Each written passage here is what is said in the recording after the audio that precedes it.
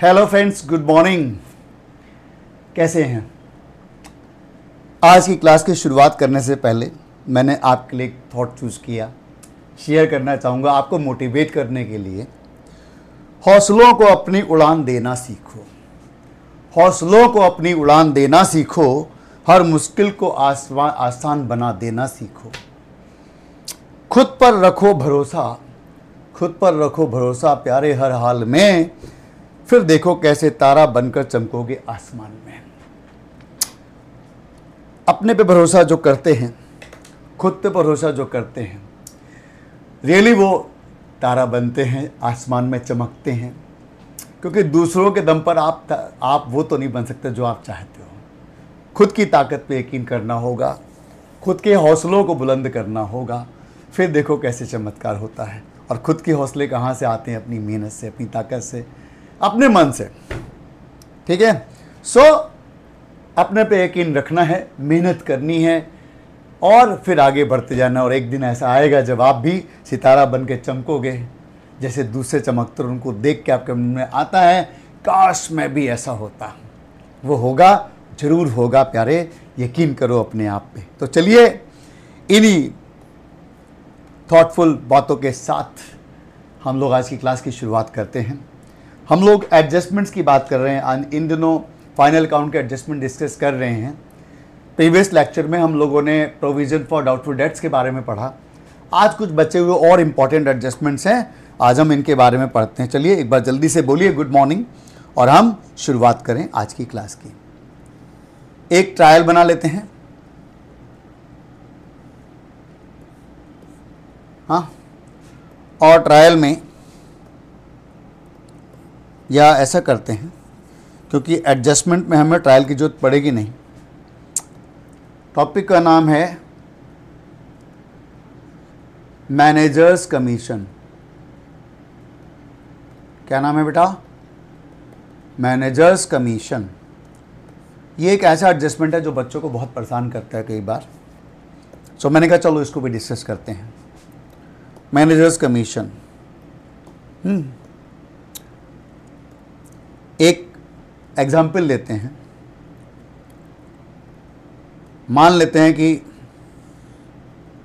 हम एक profit and loss account बनाते हैं बच्चों। ये हमने बना लिया प्रॉफिट एंड लॉस अकाउंट। कौन से ईयर का? 2025 का। दोस्तों ये जो बड़े बड़े बिजनेसमैन हैं, टाटास, बिरलास, अंबानीज और भी बहुत सारे, आजकल तो बहुत हो गए हैं, ये सब लोग आप देखिए कि इनके हज़ारों बिजनेस हैं। हाँ, और ये लोग मीटिंग्स भी अटेंड करते हैं, सेमिनार्स में भी जाते हैं, प्रोग्राम्स भी अटेंड करते हैं, पब्लिक अपीयरेंस भी है, बहुत सारी चीज़ें हैं। तो सवाल ये अपना काम कब करते होंगे, अपने बिजनेस को हैंडल कब करते होंगे, बिजनेस को देखभाल कब करते होंगे? तो इनका ये सारा काम करता कौन है? इनका सारा काम, क्योंकि इनके पास तो टाइम नहीं है, इनका तो एक एक मिनट बिजी है, इनका सारा काम करते हैं दोस्तों इनके जो बड़े बड़े मैनेजर्स होते हैं। और मैनेजर्स को ये दो तरह से लालच देते हैं ताकि वो परफॉर्म करें। पहला लालच कि मैनेजर हम आपको सैलरी तो देंगे ही देंगे, ठीक है, और साथ में मैनेजर को लालच दिया जाता है कमीशन। कमीशन, कमीशन में कैसा लालच कि मैनेजर जो भी नेट प्रॉफिट आप कमा के दोगे उसका 10% हम आपको कमीशन देंगे, है ना? ओके। अब यहां पर एक सवाल है, एक सवाल है, और वो सवाल मैं आपके सामने एग्जाम्पल के साथ पेश करता हूं। मान लीजिए 2025 का ग्रॉस प्रॉफिट लेट सपोज दोस्तों 5 लाख रुपीज है। हाँ, ग्रॉस प्रॉफिट कितना है? 5 लाख। और इनके सारे एक्सपेंसेस एक्सेप्ट वन, कौन सा? Manager commission. मैनेजर कमीशन को छोड़ दिया जाए तो इनके जितने भी खर्चे हैं वो लगभग 3,90,000 के हैं। अब इनका जो नेट प्रॉफिट आया वो आया, कितना आया, 1,10,000 रुपये, जिस पे ये 10% कमीशन देंगे, यानी लगभग 11,000 या जो भी वॉट एवर इज द रकम। मेरा एक सवाल है, मैनेजर कमीशन की एंट्री क्या बनती है? What is the journal entry for manager commission? जब मैं फेस टू फेस क्लासेस में पूछता हूं एंट्री फॉर मैनेजर कमीशन, तो आप लोग मुझे अलग अलग एंट्रीज बताते हो। कोई कहता है profit and loss account debit to managers commission. Generally आप बच्चे यही, आप स्टूडेंट्स यही आंसर देते हो, क्या? Profit and loss account debit to managers commission. कितने लोग इस एंट्री से एग्री हैं? मेजॉरिटी कहेंगे हाँ सर यही तो होती है। आपने बिल्कुल सही कहा कि आप ऐसी एंट्री बनाते हो, लेकिन मैं आपसे ये कहना चाहता हूं कि अगर आप ऐसा सोचते भी हैं तो ये बिल्कुल ही गलत होगा, बकवास होगा। This is not the entry. अब आप कहेंगे सर जी क्या मजाक कर रहे हो, यही एंट्री तो हमने बचपन से पढ़ी है, 11th क्लास से पढ़ी है। बेटा मुझे नहीं पता आपने क्यों पढ़ी और आपको किसने ऐसी पढ़ाई, मुझे पूरा यकीन है आपके टीचर ने एंट्री नहीं बताई होगी। ये जरूर आपके मन का भ्रम है। अच्छा सर, तो फिर सर एंट्री क्या है? करेक्ट एंट्री नोट कर लो। Correct entry is manager's commission debit to outstanding manager commission. कुछ लोग कहेंगे sir how this is possible, how this entry is possible, पर मैं आप सबसे ये कहूंगा कि दिस एंट्री इज पॉसिबल, और यही वो एंट्री है जो बनती है। आप एक बात देख लो कि एंट्री क्या लिखी मैंने, व्हाट आई हैव रिटन। हाँ, manager commission debit to outstanding manager commission. पहले तो आप नोट कर लो इसको, जल्दी से नोट करो। सर जी लेकिन ये बात कुछ हजम नहीं हुई सर। तो बेटे हाजमा कैंडी ले लो, हाँ हाजमे की गोली ले लो। सर ये एंट्री का लॉजिक बताइए। बताते हैं, वापस उस एग्जाम्पल में लौटते हैं जो हम ले रहे थे। हमने एक प्रॉफिट एंड लॉस अकाउंट बनाया जिसमें एज्यूम किया कि हमारा ग्रॉस प्रॉफिट 5 लाख है, हमारे सारे खर्चे एक्सेप्ट वन। हमने अपने मैनेजर से बोला था कि dear manager whatever profit you will earn, जितना भी प्रॉफिट आप अर्न करोगे हम आपको उसके ऊपर 10% कमीशन देंगे। यानी आपका जो मैनेजर कमीशन है वो 10% है। 10% मैनेजर कमीशन लिख लेते ना, manager commission 10% of net profit. हमने अपने मैनेजर से कहा, उसको लालच दिया कि dear whatever profit you will earn, हम उसके ऊपर आपको 10% कमीशन देंगे। हमने 2025 का ग्रॉस प्रॉफिट कैलकुलेट किया 5 लाख, सारे खर्चे 3,90,000 एक्सेप्ट वन, कौन सा? Manager commission. वो लेस करने के बाद हमारा जो नेट प्रॉफिट आया दोस्तों, दैट कम्स टू 1,10,000।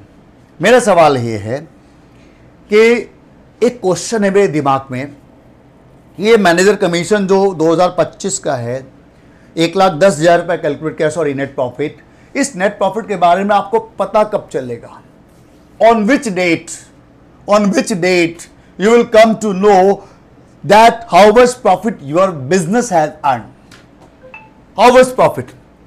आप कहोगे सर, बहुत सारे दोस्त जनरली जो आंसर देते हैं वो मैं आपके सामने रिपीट करता हूं। आप में से ज्यादातर कहेंगे सर 31 दिसंबर को, 31 दिसंबर 2025 को हम ये जान जाएंगे कि हमारा नेट प्रॉफिट 1,10,000 रुपये हुआ है। कितने लोग ऐसा कहते हैं? जरा एक बार हाथ खड़ा करो, जहां पर आप हो वहीं पर हाथ खड़ा कर दो, है ना। अब मेरा एक सवाल है ये जो आपके बिजनेस ने 1,10,000 रुपये प्रॉफिट कमाया, इसके बारे में आपको कब पता चलेगा? आपने कहा 31 दिसंबर को। मेरा एक सवाल है, 31 दिसंबर कितने बजे तक चलता है? हाँ, 31 दिसंबर को रात को 12 बजे till 12 at night, till 12 at night, रात को 12 बजे तक आपका 31 दिसंबर चलेगा। तो मैं ये जानना चाहूंगा मेरे बच्चों, कितने बजकर कितने मिनट पर आपको प्रॉफिट पता लग जाएगा? आपको पता लग जाएगा कि हमारे बिजनेस ने 1,10,000 रुपए का प्रॉफिट कमाया है। कोई बच्चा कहेगा सर जी रात को 11:30 पे हम पता लगा लेंगे, 11:30। तो मेरा एक क्वेश्चन है कि बेटा अगर आप रात को 11:30 बजे प्रॉफिट पता कर लगा लेते हो, तो एक बात मुझे बताओ, आपने कैलकुलेट कितने बजे करना शुरू किया होगा? भाई लगभग आपको 2 से 3 घंटे तो लगते हैं कैलकुलेट करने में। लेट सपोज 3 आवर्स भी लगे, तो आपने इसका मतलब रात को लगभग 8:30 बजे 8:30 पे आपने अपना प्रॉफिट कैलकुलेट करना शुरू कर दिया होगा। बोलो यस और नो? आप कहोगे यस। और अगर 8:30 पे आप अपना प्रॉफिट कैलकुलेट करना शुरू कर रहे हो, इसका मतलब उससे पहले आपने बिजनेस डीलिंग बंद कर दी होगी। मतलब सीन इमेजिन करके देखो, आपका बड़ा सा शोरूम है दिल्ली के सीपी में, और रात को आपको पता है 31 दिसंबर को तो इतने कस्टमर आते हैं, रात को 2-2 बजे तक शॉपिंग चलती है। आपके एक शोरूम में कस्टमर की लाइन लगी पड़ी है, लेकिन आप आए रात को 8 बजे, हटो हटो हटो जी बाहर निकलो। बोले क्यों? बोले क्योंकि मुझे अपने अकाउंट्स क्लोज करने हैं, क्योंकि मुझे ट्रायल बनाना है, क्योंकि मुझे अपना P&L अकाउंट बनाना है। क्यों? क्योंकि मुझे अपना मैनेजर कमीशन देना है रात को 12 बजे से पहले। Hello, good morning. क्या आप ऐसा करेंगे? सोचो जरा। आप कहोगे नहीं सर ऐसा थोड़ा ना करेंगे, अगर रात को कस्टमर खड़ा हुआ तो हम तो उसको आने देंगे। यही तो मैं कहना चाहता हूं प्यारे। रात को 8 बजे, 9 बजे, 10 बजे, 11 बजे, 12 बजे को तो कस्टमर आपके शोरूम में खड़ा हुआ है। उसके बाद आप रात को 12-1 बजे आप घर पहुंचे, दुकान बंद करके, शोरूम बंद करके, फिर आप घर पहुंचे, आपने अपने परिवार को पिक किया, आप तैयार हुए और आप फिर पार्टी करने चले गए 5 स्टार होटल में। और फिर आप आए सुबह 4 बजे, 5 बजे, और फिर आप सो गए। और उसके बाद फिर आप अगले दिन new year, happy new year मनाया। और 2026 में 2026 में आप 2026 में आप ये प्रॉफिट पता कब चलेगा पता है? आप उसके बाद बिजनेस शुरू कर दोगे 2026 का, जनवरी, फरवरी, मार्च, अप्रैल तक बिजनेस करते रहोगे। फिर आप अपने अकाउंटेंट को बोलोगे, अरे अकाउंटेंट भाई हमने 2025 में बहुत सारा काम किया था, 2025 में बहुत सारे शब्दों पे ध्यान दो, 2025 में हमने बहुत सारा बिजनेस किया था, उसके ऊपर हमें प्रॉफिट भी हुआ था। एक बार कैलकुलेट करके बताओ, अकाउंट्स क्लोज करके बताओ, P&L बनाओ और बताओ कि कितना प्रॉफिट कमाया हमने लास्ट ईयर, कितना प्रॉफिट कमाया था।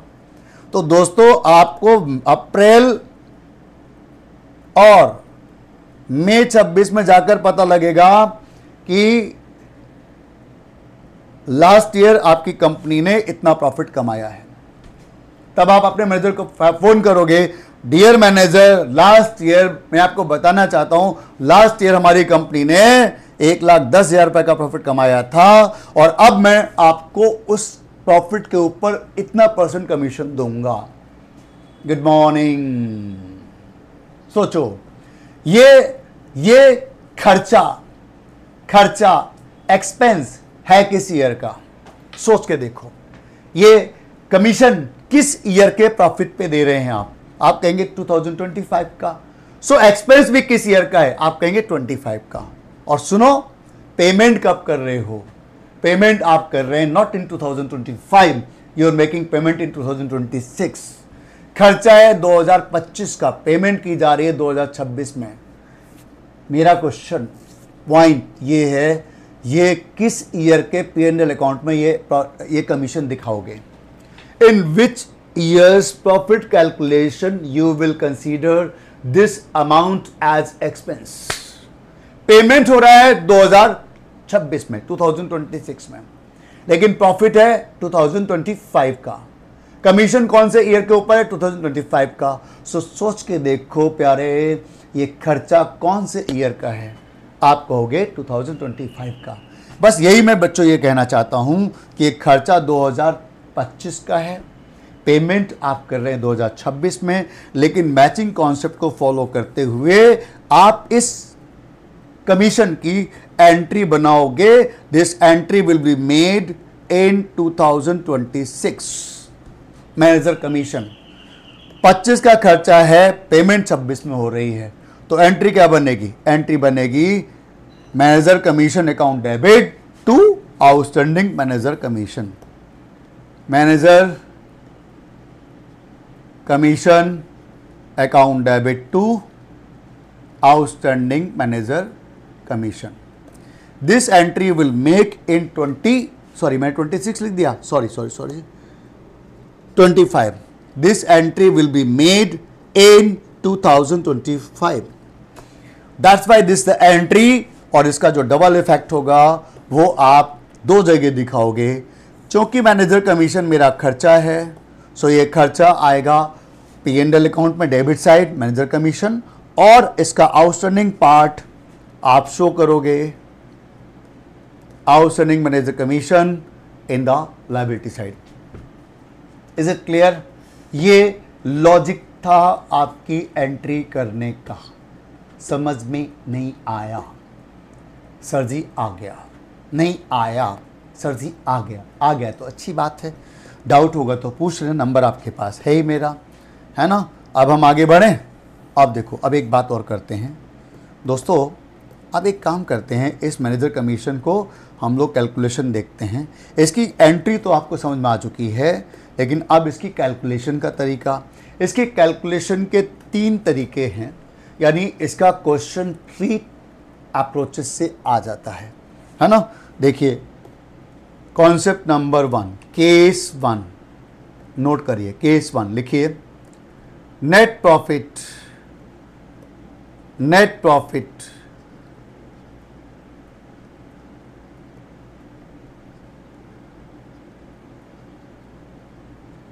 Before commission. आप ध्यान दो, आप सब ध्यान दीजिए। ये जो नेट प्रॉफिट आया है, अभी इसमें से आपका एक खर्चा माइनस नहीं हुआ है। कौन सा?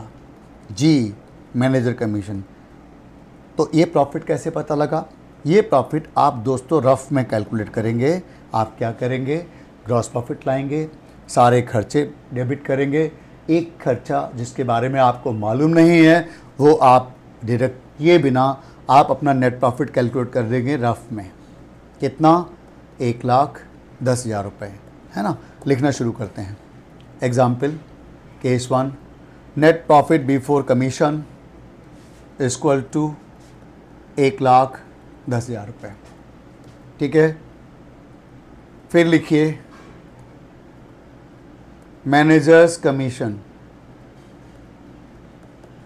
Equal to 10% of net profit, है ना। और आपसे कहा जाता है कैलकुलेट मैनेजर्स कमीशन। अब आपको आंसर निकालना है। आंसर बहुत आसान है। Answer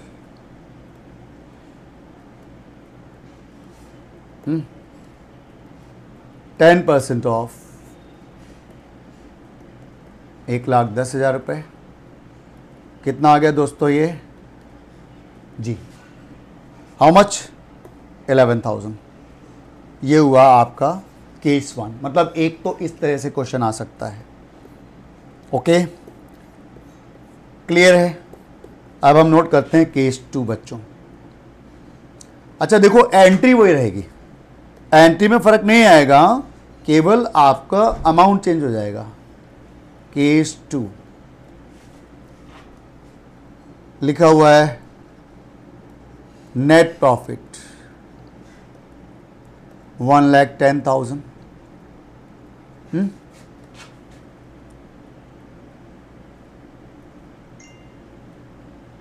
manager commission 10% of net profit. ये दो इंफॉर्मेशन आपके पास है, 2 नंबर का क्वेश्चन है, आपसे आंसर मांगा जाता है कैलकुलेट द कमीशन। तो क्या करोगे आप? Simple 10% of net profit that is 1,10,000 रुपये। आप केस 1 और केस 2 की लैंग्वेज में आप कंपैरिजन करिए, कोई फ़र्क है? बिल्कुल फ़र्क है। पहले वाले केस में क्या है? Net profit before commission. ऐसा नेट प्रॉफिट जिसमें से कमीशन डिडक्ट ना हुआ हो, और वो नेट प्रॉफिट कितना है वो आपको पता है, वो 1,10,000 रुपये है। उसका 10% 11,000 रुपये हुआ।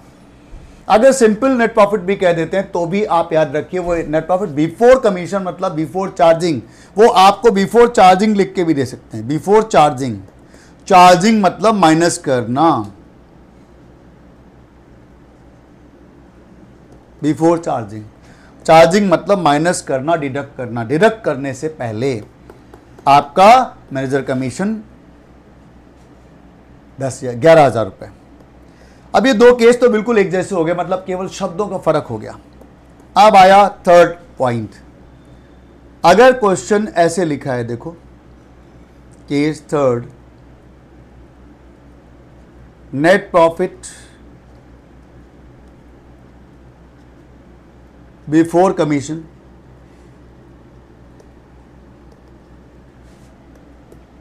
नेट प्रॉफिट बिफोर कमीशन 1,10,000 रुपये। अब आपको कहा जाता है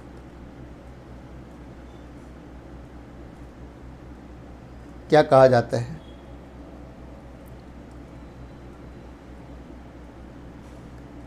manager commission is equal to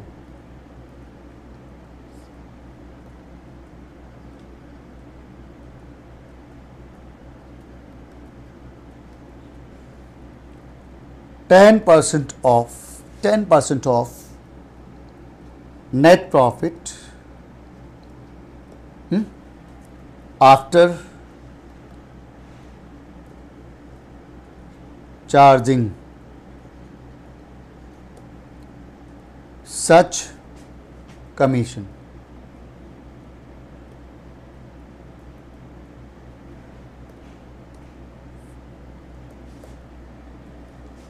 एक बार क्वेश्चन को ढंग से पढ़ें। क्या लिखा है? नेट प्रॉफिट बिफोर कमीशन 1,10,000 रुपये। ऐसा नेट प्रॉफिट, इस केस को थोड़ा तसल्ली से डिस्कस करते हैं, बिकॉज इस वाले में ना थोड़ा सा कंफ्यूजन होता है। इसको समझाने में little bit of technicality involve है, सो आपको थोड़ा पेशेंस रखना पड़ेगा। बड़ा आसान है अगर मैं सिंपल फार्मूला लिख के आपको दे दूं, लेकिन उससे आपकी बात नहीं बनेगी।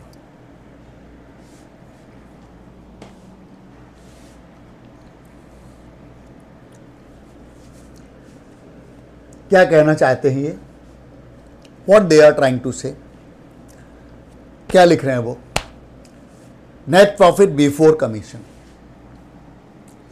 कमीशन माइनस करने से पहले, बिफोर चार्जिंग, डिडक्ट करने से पहले आपका नेट प्रॉफिट 1,10,000 रुपये। मेजर कमीशन कैलकुलेट करना है कौन से प्रॉफिट पे? 10% of net profit after charging such commission. Commission minus ऐसा नेट प्रॉफिट जिसमें से कमीशन माइनस कर दिया गया हो, उस नेट प्रॉफिट के ऊपर हमें 10% कमीशन देना है। आप कहोगे ये क्या मतलब है? चलो फिर से समझाता हूं।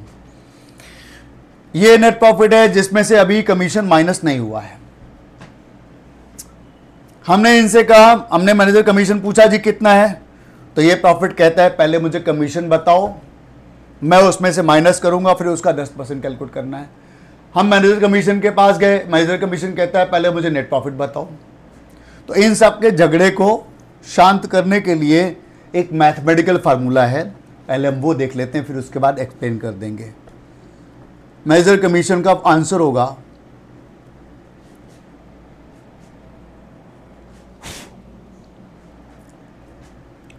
something was there. Manager commission is equal to net profit into rate of commission. क्या बोला मैंने? Net profit into rate of commission divided by 100 plus rate. अगर आपको आफ्टर चार्जिंग वर्ड यूज करके क्वेश्चन दिया हुआ है, सो आपको आपका करने का तरीका बदल जाएगा. उस केस में आपका फार्मूला होगा net profit into rate divided by 100 plus rate. अब आप किसको कैलकुलेट करते हैं?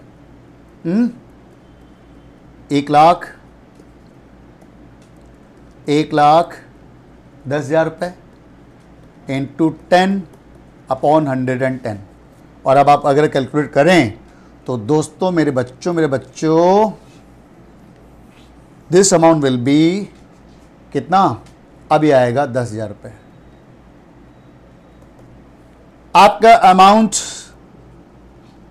चेंज हो गया. कब? जब आफ्टर चार्जिंग लिखा हो. और इसको प्रूफ भी कर लेते हैं. प्रूफ करके देख लो. हमारा नेट प्रॉफिट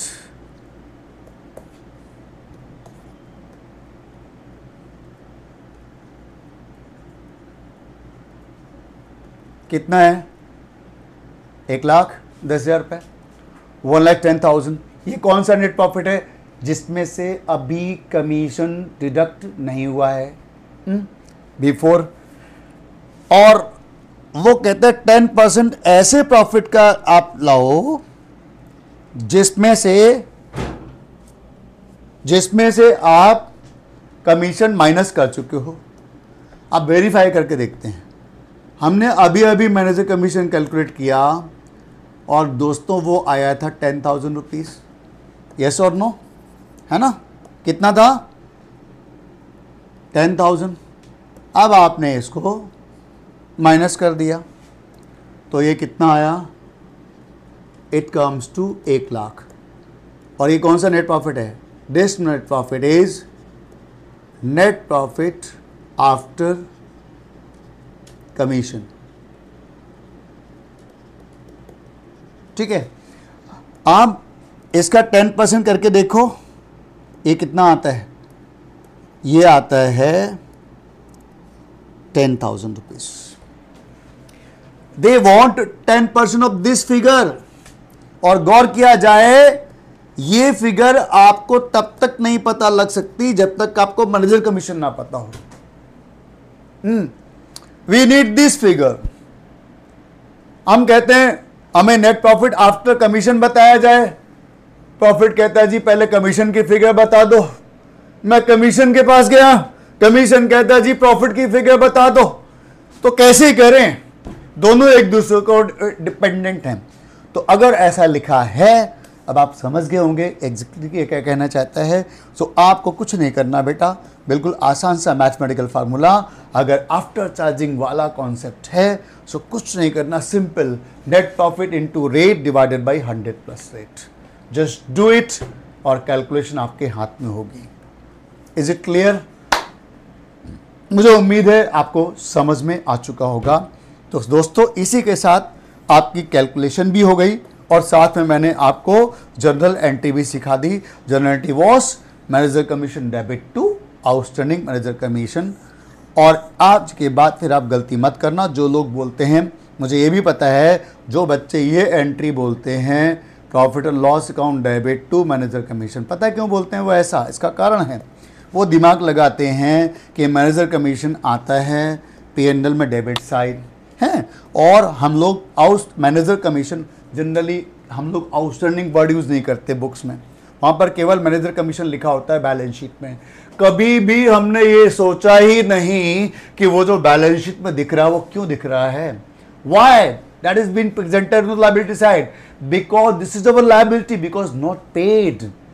जिस ईयर का मैनेजर कमीशन है उस ईयर में पेमेंट हो ही नहीं सकता. It can not be paid, so it will remain as outstanding. और अगर आपसे पूछा जाए when it has not been paid in 2025, तो हम इसको शो क्यों कर रहे हैं? सो आपका आंसर होना चाहिए ड्यू टू मैचिंग प्रिंसिपल। हम मैचिंग प्रिंसिपल की वजह से इस कमीशन को उसी ईयर की बैलेंस शीट में दिखा रहे हैं, सॉरी P&L में दिखा रहे हैं, क्योंकि ये खर्चा इसी ईयर का है। गुड मॉर्निंग, समझ में आ गया होगा। मेरा एक्सप्लेनेशन यहीं पर कंप्लीट होता है। बहुत सारी उम्मीद है कि आपको ये क्लियर हो गया होगा। ओके जी, मैंने कोशिश की आपको बिल्कुल तसल्ली से इस बारे में समझाया जाए। सो एक और एडजस्टमेंट ख़त्म हुआ। जितने भी बड़े एडजस्टमेंट हैं मैं उनके लिए बहुत स्लो मोशन में कोशिश कर रहा हूँ आपकी अंडरस्टैंडिंग के लिए। So one more adjustment is finish now. और अब आ जाओ भाई, अब जल्दी से भाई, जल्दी से। एक और एडजस्टमेंट है, इंपॉर्टेंट एडजस्टमेंट है, जो कि फाइनल अकाउंट में बहुत बार पूछा जाता है। उसका नाम है सेल्स ऑन अप्रूवल बेसिस। क्या नाम है? Sales on approval basis. पहला इसका एक चैप्टर भी हुआ करता था, वो चैप्टर हमारे इंस्टीट्यूट ने हटा दिया, पर इसका एडजस्टमेंट हमारे सिलेबस में है, सो हम इसको पढ़ लेते हैं। कैसी चल रही है पढ़ाई वढ़ाई भाई? कंसंट्रेट होके पढ़ाई करो, दिल लगा के पढ़ाई करो। सर जी दिल लगा के पढ़ाई की तभी तो फेल हो गए बेटे, तुम्हारा वाला दिल नहीं। हाँ, ट्रायल बैलेंस लिख लीजिए। डेटर्स, दो आइटम ले लो, एक डेटर्स एंड एक सेल्स। सेल्स ले लीजिए 8,15,000 एंड डेटर्स ले लीजिए 2,15,000। ठीक है, और इसके नीचे लिखिए गुड्स एडजस्टमेंट लिखना, गुड्स कॉस्टिंग ₹10,000। क्या लिखा मैंने? Goods costing ₹10,000। Sales price ₹15,000 were sold on approval basis।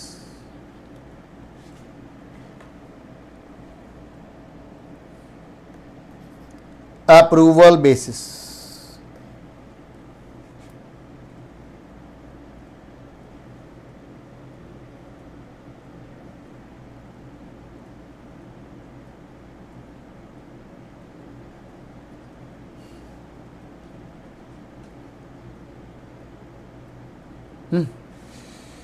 Goods costing ₹10,000, sales price ₹15,000 were sold on approval basis। अब एक बार इसको समझ लेते हैं दोस्तों, because chapter is not in syllabus, so इसका कॉन्सेप्ट समझ लेते हैं। फ्रेंड्स, मान लीजिए आप एक शोरूम चला रहे हैं, आप टीवी के शोरूम के मालिक हैं, टेलीविज़न। आपके दुकान पे एक कस्टमर आता है। आपने कभी विंडो शॉपिंग की है? विंडो शॉपिंग का मतलब पता है? हाँ, विंडो शॉपिंग मतलब जहाँ पे खरीदना कुछ नहीं। आपने देखा होगा बहुत सारे कस्टमर क्या करते हैं, गर्मी के दिनों में शोरूम में घुसते हैं, एसी की हवा खाते हैं 1 घंटे तक, और फिर उसके बाद बिना कुछ लिए चले आते हैं और देखते ऐसे जैसे कि भाई साहब पूरा शोरूम ही उनको खरीदना होगा। आप भी करते हो ना ऐसा? हैं, गए भाई साहब। अब ऐसा होता है कि जनरली तो ये चल जाता है, लेकिन कई बार क्या होता है, दुकानदार बड़ा तेज होता है। मान लीजिए हम एक दुकानदार हैं और कस्टमर आधे घंटे तक दुकान के अंदर देख रहा है, ये देख रहा, वो देख रहा, वो देख रहा, और उसके बाद वो बिना कुछ लिए जाने लग जाता है।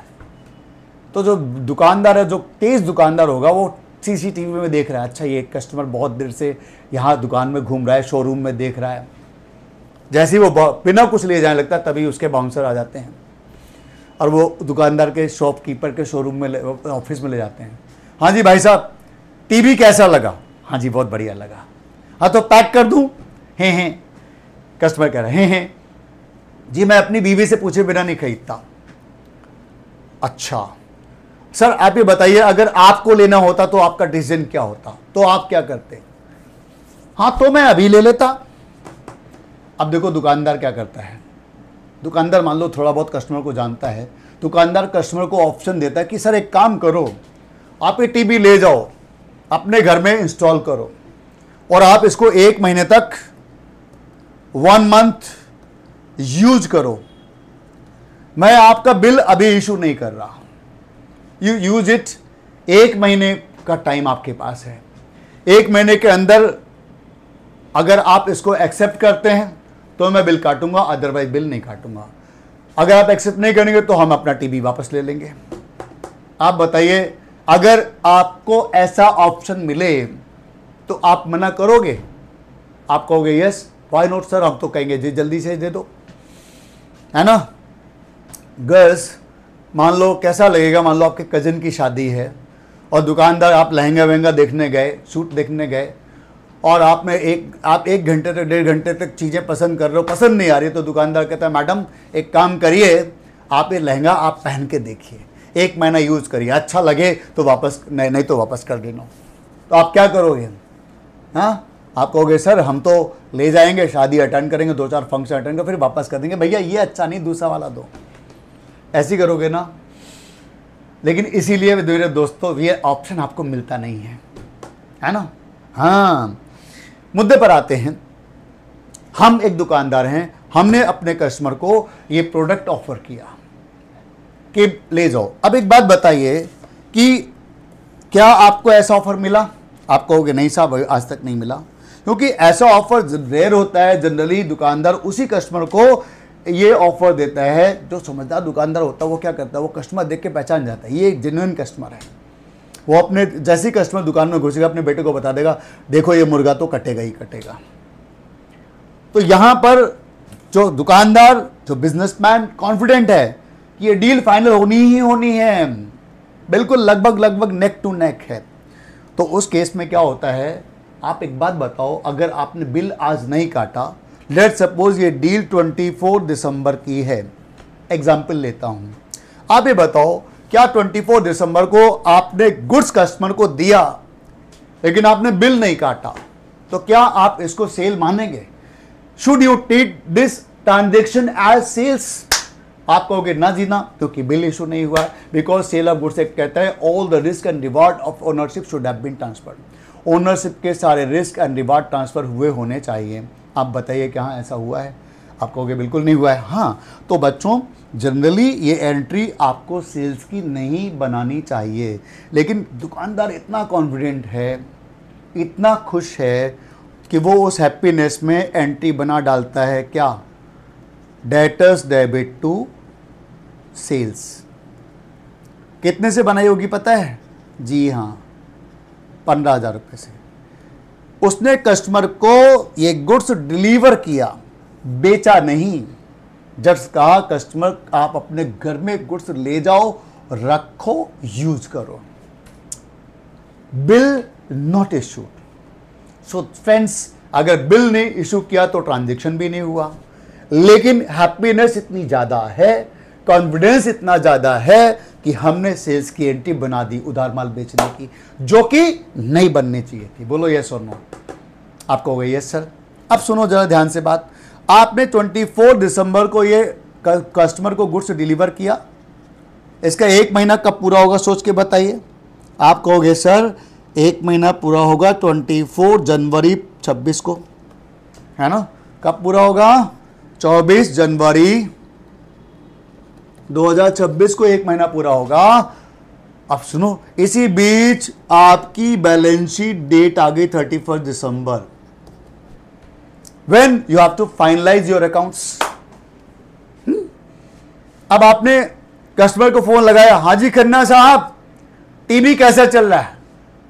हाँ जी साहब अविनाश जी टीवी बहुत अच्छा लग रहा है जी, बीबी को पसंद आ रहा है। तो हमने कहा फिर एक काम करें, बिल इशू कर दें, बिल भेज दें।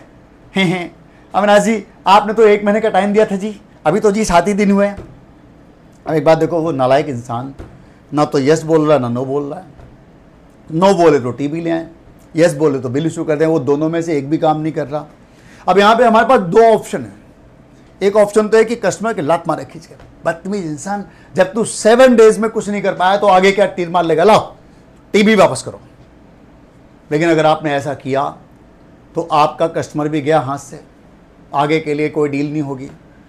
तो एक दूसरा ऑप्शन भी है कि जहां आपने 7 दिन वेट कर लिया तो आप 15-20 दिन और वेट कर लो भाई साहब, क्या फर्क पड़ेगा, है ना। टीवी फिलहाल कस्टमर के घर में रहने दो, उसको 10 दिन और खुश हो लेने दो, 15 दिन और खुश हो लेने दो। बताइए कौन सा ऑप्शन ठीक रहेगा, पहला वाला या दूसरा वाला। ऑब्वियसली अगर आप समझदार दुकानदार है तो आप कहेंगे दूसरा वाला ऑप्शन सही रहेगा। जी हाँ, मैं यही कहना चाहता हूं, एक समझदार दुकानदार बिजनेसमैन वो यही करता है, वो डील को कैंसिल, वो कस्टमर से गुड्स वापस नहीं लेता इन जनरल। और फिर सुनिए, अगर आपने डील कैंसिल नहीं, अगर आपने अभी गुड्स वापस नहीं लिया है, कस्टमर के घर पे है, तो डील तो फाइनल हुई नहीं। तो एक बात सुनिए, जरा ध्यान से सुनिए, आपने 24 दिसंबर को एक फर्जी एंट्री बनाई थी, बोलो यस और नो, ये फर्जी सेल है, बोलो यस। आप कहोगे यस सर, तो अगर ये सेल हुई नहीं तो ये तो गलत है, ये आपकी बुक्स में कैसे नजर आ सकती है, ये एंट्री का इफेक्ट आपके इन दोनों ट्रांजैक्शन पे दिख रहा है, बोलो यस और नो। क्योंकि ये सेल्स हुई नहीं थी और आपने जबरदस्ती सेल्स की एंट्री बना दी। तो एक बात बताओ, जब सेल्स हुई नहीं तो you have to pass the rectification entry और नॉट। आप कहोगे यस। तो बच्चों इसीलिए जब कभी भी आप याद रखें, सभी दोस्त, अगर कभी भी ऐसा वाला ट्रांजेक्शन यानी ऐसे वाला बात आपके क्वेश्चन के साथ है, एडजस्टमेंट क्वेश्चन के साथ है, तो सबसे पहले आप सेल्स को कैंसिल करने की एंट्री बनाओगे। क्या बनेगी जी? हाँ जी, sales account debit to debtors account. कितने रुपए? 15,000। क्योंकि सेल्स की एंट्री कितने से बनाई?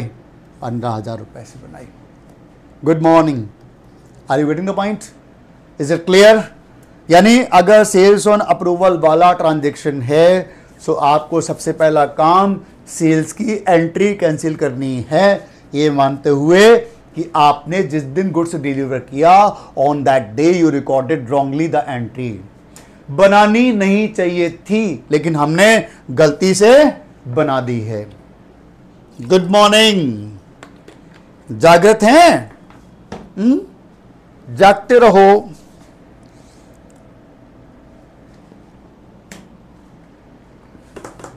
नहीं आया समझ में? आ गया? पक्का? ओके जी, अब आगे बढ़ो। अब सुनो, एक और बात काम करना पड़ेगा। अगर ये सेल फाइनल नहीं है, ये सेल्स फाइनल नहीं है, तो एक बात मुझे जाननी है, वो जो हमारा प्रोडक्ट जो कि कस्टमर के घर में पड़ा हुआ है, बिल इशू नहीं हुआ, तो इसकी ओनरशिप किसके पास है?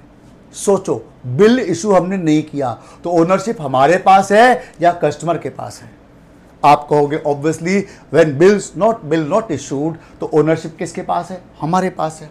और अगर हमारे पास है तो वो जो गुड्स है वो कस्टमर घर में पड़ा है, वो हमारा है। और एक बात बताओ, 31 दिसंबर को जब आप अपनी बैलेंस शीट फाइनल करोगे और स्टॉक की काउंटिंग करोगे, लेट्स सपोज आपके शोरूम में 100 टीवी पड़े हैं, क्लोजिंग स्टॉक, बचा हुआ माल। 31 दिसंबर को स्टॉक की काउंटिंग होती है, ये हम लोग एक चैप्टर में सीखेंगे जिसका नाम है इन्वेंटरी वैल्यूएशन। अब आप सोचिए जरा, आप 31 दिसंबर को स्टॉक की पोजीशन काउंट कर रहे हैं, आप गोडाउन में गए और आपने टीवी काउंट करने शुरू किए, 1 2 3 4 5 6। मान लो दोस्तों आपके शोरूम, आपके गोडाउन में 100 टीवी हैं। कितने टीवी हैं? 100। और एक टीवी कस्टमर के घर में पड़ा हुआ है, बिलोंगिंग टू अस। तो ये बताओ हम 31 दिसंबर को टोटल कितने टीवी के मालिक हैं? सुनो, 100 टीवी हमारे गोडाउन में, एक टीवी हमारा लेकिन कस्टमर के घर पे। तो ये बताइए हम कितने टीवी के मालिक हैं टोटल? आप कहोगे 101। 1 टीवी के। लेकिन दोस्तों जब आप स्टॉक की काउंटिंग करोगे 31 दिसंबर को और शोरूम में जाओगे तो काउंटिंग में कितने टीवी आएंगे? Only 100 TV. जबकि हैं कितने, ओनरशिप कितने की है? आपको 100 टीवी के, 101 टीवी के। तो यानी आपने कुछ अंडर काउंटिंग की है, कुछ काउंटिंग कम की है। बताइए कितना कम किया है? आप कहोगे 1 टीवी। तो एक बात बताओ, that should also be included in our stock और नॉट? Good morning. आप कहोगे यस सर।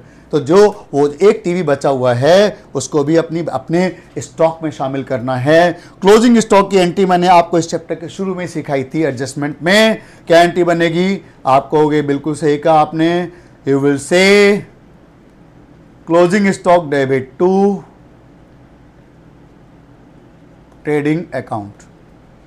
और एक बात बताओगे, ये एंट्री कितने रुपए से बननी चाहिए? अगर आप ध्यान दें तो यहाँ लिखा है गुड्स कॉस्टिंग ₹10,000, सेल्स प्राइस ₹15,000। तो सेल प्राइस तो 15,000 है, कॉस्ट 10,000 है। आपने पढ़ा होगा stock should always be valued at lower of cost और मार्केट प्राइस। कॉस्ट और market price which ever is lower. दोस्तों कॉस्ट 15,000 है, सॉरी 10,000 है, प्राइस मार्केट प्राइस 15,000 है। Stock will be calculated at cost यानी 10,000 पे।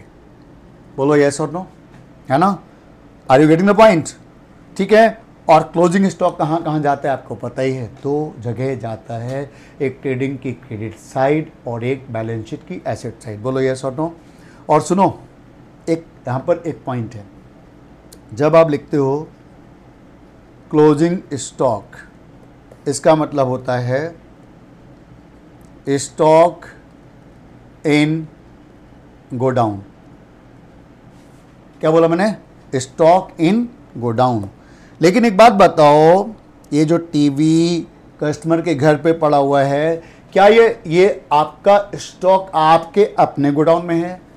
आप कहोगे इसकी लोकेशन कस्टमर के पास है। So friends, full disclosure principle follow करते हुए हम एक काम करेंगे, यहां पर हम क्लोजिंग स्टॉक वर्ड यूज नहीं करेंगे। ध्यान से सुनिएगा, ये जो सेल्स एंड अप्रूवल वाला स्टॉक है, अगर ये डील फाइनल नहीं हुई तो आप यहां पर क्लोजिंग स्टॉक ना लिखकर आप लिखेंगे, लिख लो ध्यान से, स्टॉक विद कस्टमर। क्या लिखोगे? Stock with customer. है, सुनो, लोकेशन कहां है? कस्टमर के घर पे है हमारा स्टॉक, लेकिन उसको प्रॉपरली डिस्क्लोज करने के लिए हम क्लोजिंग स्टॉक ना लिखकर लिखेंगे स्टॉक विद कस्टमर्स। और दोस्तों इसका प्रेजेंटेशन उसी तरह से 2 जगह जाएगा जैसे आप क्लोजिंग स्टॉक को लिखते। आप अगर एक क्लोजिंग स्टॉक लिखते तो कहाँ लिखते? You would have written is at the, कहाँ? देखो मैंने लिखा भी नहीं। यहाँ पर एक ट्रेडिंग अकाउंट बना लेते हैं और एक बैलेंस शीट बना लेते हैं।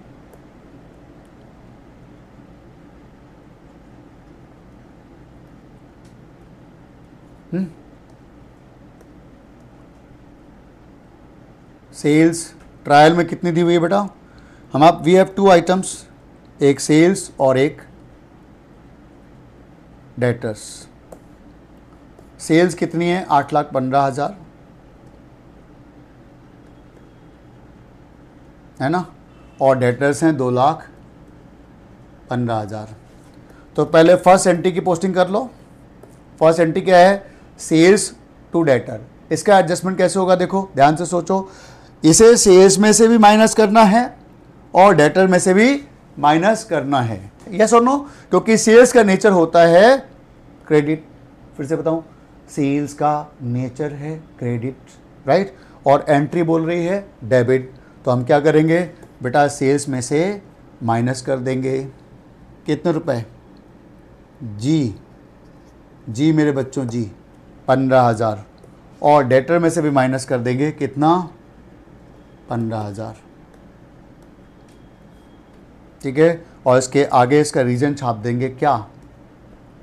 इसका रीजन छाप देंगे क्या? Sales on approval. Sales on approval, है ना। और एक और दूसरी एंट्री बनी stock with customer debit to trading, तो इसको भी दिखाओ, इसको भी दो जगह, stock with customers 10,000 and stock with customers 10,000। मतलब आपको करना क्या है, आपको एंट्री के हिसाब से चलना है। पहले सेल्स की एंट्री कैंसिल हुई, सेल्स में से माइनस और डेटर में से माइनस, और दूसरा आपने क्लोजिंग स्टॉक दिखाना है, दो जगह, है ना। तो आप इसको इस तरह से शो करेंगे।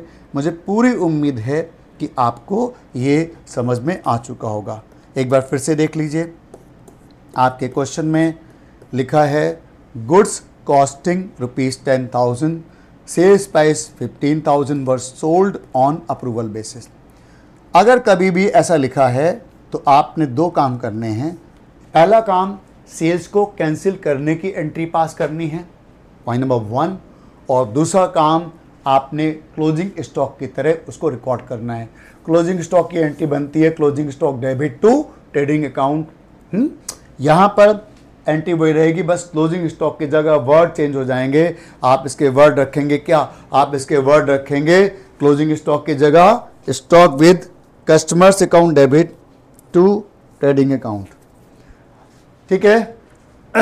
स्टॉक विद कस्टमर मतलब एक तरह का क्लोजिंग स्टॉक। सो ये 2 एडजस्टमेंट्स आपको अच्छी तरह समझ में आ चुके होंगे, एकदम परफेक्टली। मुझे पूरी उम्मीद है you don't have any doubt in this. Good morning, is it clear? पक्का? अब आज की क्लास को ख़त्म करने से पहले एक और बड़ा एडजस्टमेंट ले लेते हैं जो कि आपके लिए इम्पॉर्टेंट है ना। लिखते हैं, अगला जो पॉइंट है, हमने 2 पॉइंट कर लिए, एक मैनेजर्स कमीशन और दूसरा sales on approval basis, right. अब एक और पॉइंट आ रहा है आपके लिए,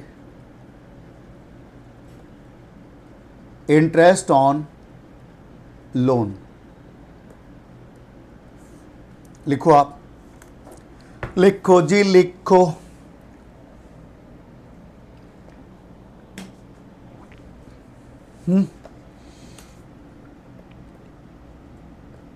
ये भी एक है, कई बार कुछ ऐसी इंफॉर्मेशन होती है कि हमें ध्यान देना पड़ता है।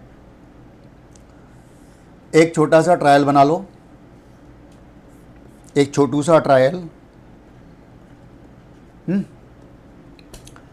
मेरे ख्याल से एडजस्टमेंट का वर्ड्स तो क्लियर है कि ये एडजस्टमेंट किस चीज़ से रिलेटेड है।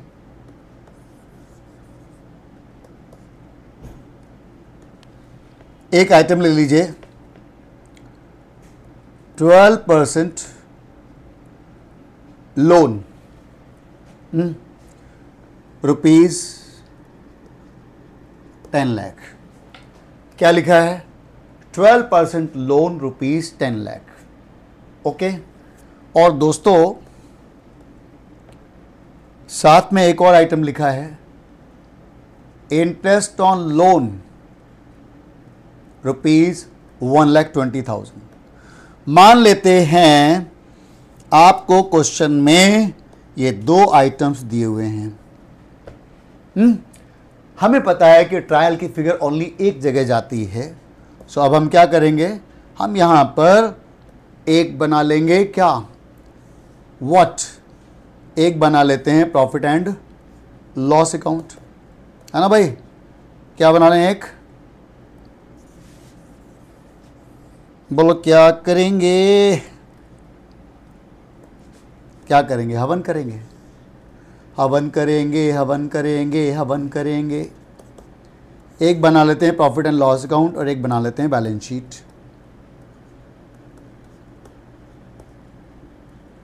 ठीक है।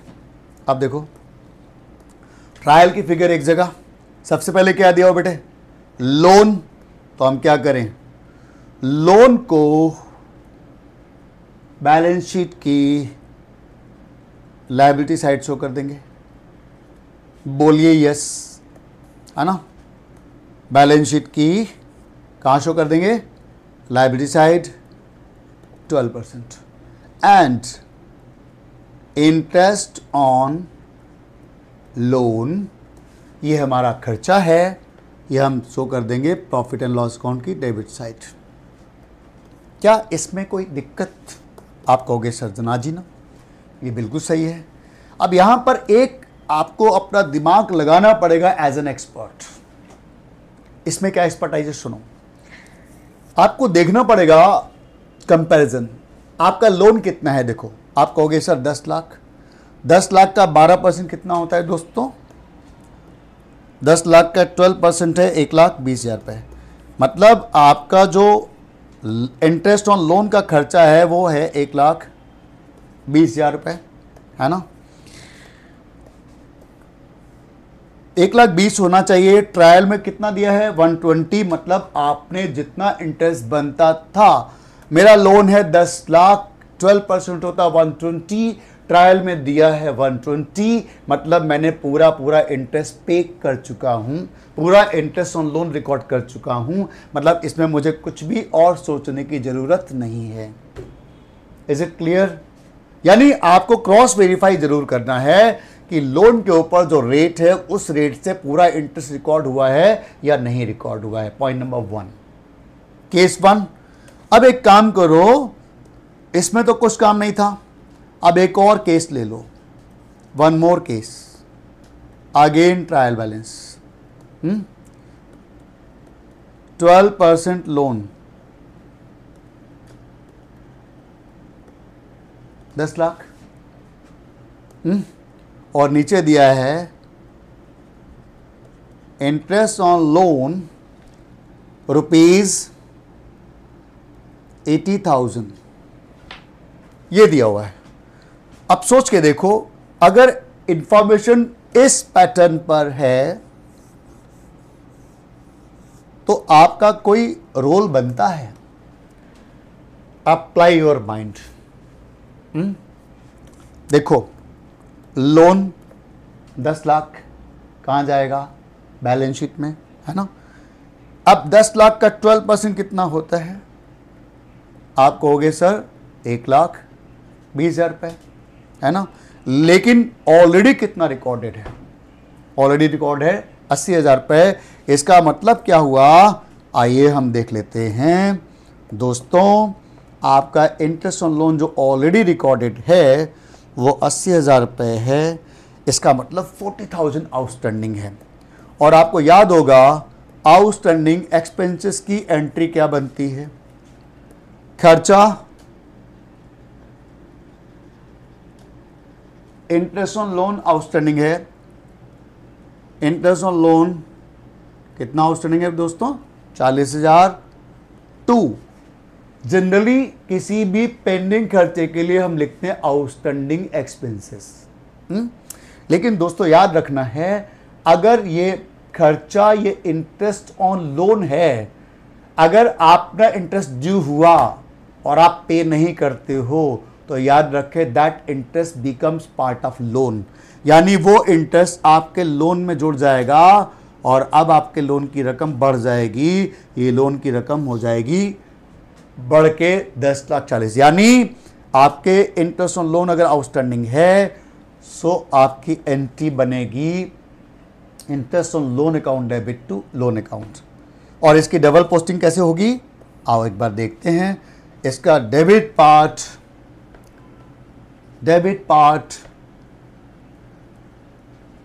इंटरेस्ट में ऐड कर दोगे। क्या लिखे? Outstanding interest. और आपको पता है क्रेडिट पार्ट जो है वो आपने लोन में ऐड करना है। So how will you do? You will do in this manner. Loan है 10 lakh plus outstanding 40,000 and this comes to 10 lakh. This comes to 10,40,000.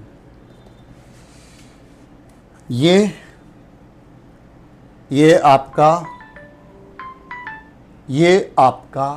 एक और एडजस्टमेंट कंप्लीट हुआ इंटरेस्ट ऑन लोन। क्या करना है? जब कभी भी ऐसा एडजस्टमेंट आए फटाफट से चेक करना है। लोन को और रेट को मल्टीप्लाई किया, देखा टोटल इंटरेस्ट कितना बनता है। जितना इंटरेस्ट बनता है, अगर प्रॉफिट एंड लॉस अकाउंट में उतना ही इंटरेस्ट है मीन्स कोई एडजस्टमेंट फर्दर नहीं करना। अगर उतना नहीं है, उससे कम है, मीन्स आपका इंटरेस्ट कम रिकॉर्ड हुआ है, सो आपको उसको पूरा करने के लिए आपको एक एंट्री पास करनी पड़ेगी, interest on loan account debit to loan account. So friends, तो आज की क्लास में हम लोगों ने 3 एडजस्टमेंट डिस्कस किए।